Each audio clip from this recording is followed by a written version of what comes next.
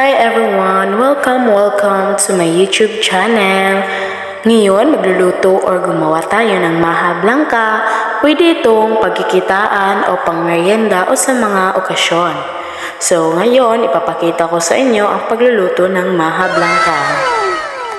Baguhan lang po ako dito sa YouTube, kaya sa hindi pa nakapag-like and subscribe, I'm begging you, channel. Ito yung panghalo natin sa ating maha blanca.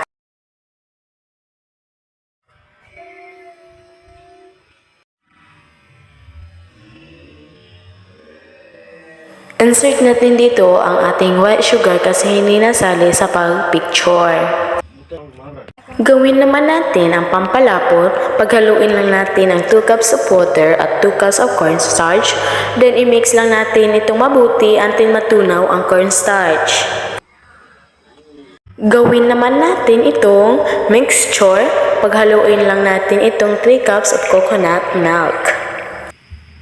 Ang whole corn, dapat i-drain po natin ang tubig nito, huwag isama sa paghalo ng ating maha mixture. Pinaghaluan ko ng cream corn, pwede naman hindi haluan ng cream corn, depende na lang sa iyo kung haluan mo. Evaporated milk, ang cute ng butas. Condensed milk, kahit anong brand ng condensed ang pwedeng gamitin sa paghalo. Insert natin dito ang white sugar. I-mix naman natin until matunaw yung white sugar.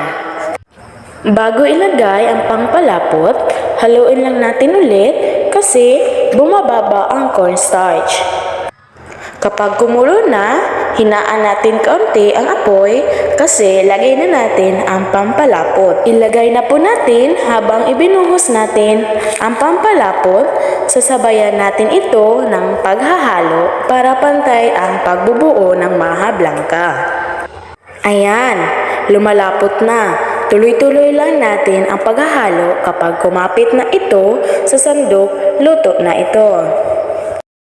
Ilipat natin ito sa paglalagyan kasi mabilis itong mag-set.